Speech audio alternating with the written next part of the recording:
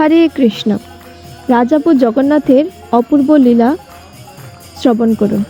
Mayapur ISKCON চন্দ্রোদয় মন্দির থেকে 1 kilometre দূরে রাজাপুর, সেখানে প্রতিষ্ঠিত রয়েছে শ্রী জগন্নাথ, বলদেব ও সুভদ্রা মহারানী। আজ তাদের একটি ঘটনা আপনাদের সাথে শেয়ার করব। শ্রী জগন্নাথ অত্যন্ত জাগ্রত বিগ্রহ হিসেবে এই অঞ্চলে পরিচিত। এখন থেকে 25 বছর আগে সেদিন ছিল শ্রী জগন্নাথ দেবের স্নানযাত্রা। এক রিক্সাওয়ালা মন্দিরে থাকার সময় কিছু খিচুড়ি প্রসাদ নেন। তিনি তার বিপরীত ধর্মী বন্ধুর জন্যও কিছু প্রসাদ নেন। তার বন্ধুকে সে প্রসাদ দেওয়ার পর তার বন্ধু সে প্রসাদটি মাটিতে ছুঁড়ে ফেলে দেন। মাটির মূর্তিকে নিবেদন করা কোনো কিছুই আমি খাই না।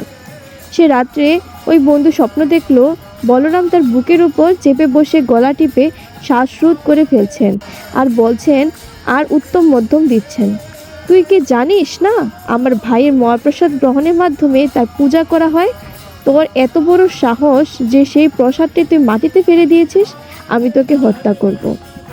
স্বপ্নাবিষ্ট লোকটি অত্যন্ত ভীত হয়ে পড়ল। সেখানে সুভদ্রা মহারানীও ছিলেন, তিনি হাসছিলেন। জগন্নাথ হাসতে হাসতে বললেন, না, ওকে মেরো না। পরদিন ওই বিপরীতধর্মী লোকটি অত্যন্ত বিনীতভাবে বিগ্রহের সামনে এলো এবং শ্রদ্ধাবন চিত্তে জগন্নাথের পূজা দিল। সে ওই ঘটনাটি বলল। ও কিছু প্রসাদ চাইল, কিন্তু কোনো মহাপ্রসাদ ছিল না।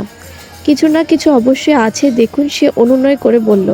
পূজারী ভিতরে গিয়ে সত্যি প্রসাদ পাত্রে কিছু অবশিষ্ট প্রসাদ দেখতে পেলেন। তিনি সে মহাপ্রসাদ তাকে দিলেন। ওই লোকটি প্রসন্ন অন্তরে গ্রহণ করলো। রাজাপুরের জগন্নাথ, বলদেব, সুভদ্রা মহারানী কি জয়। হরে কৃষ্ণ।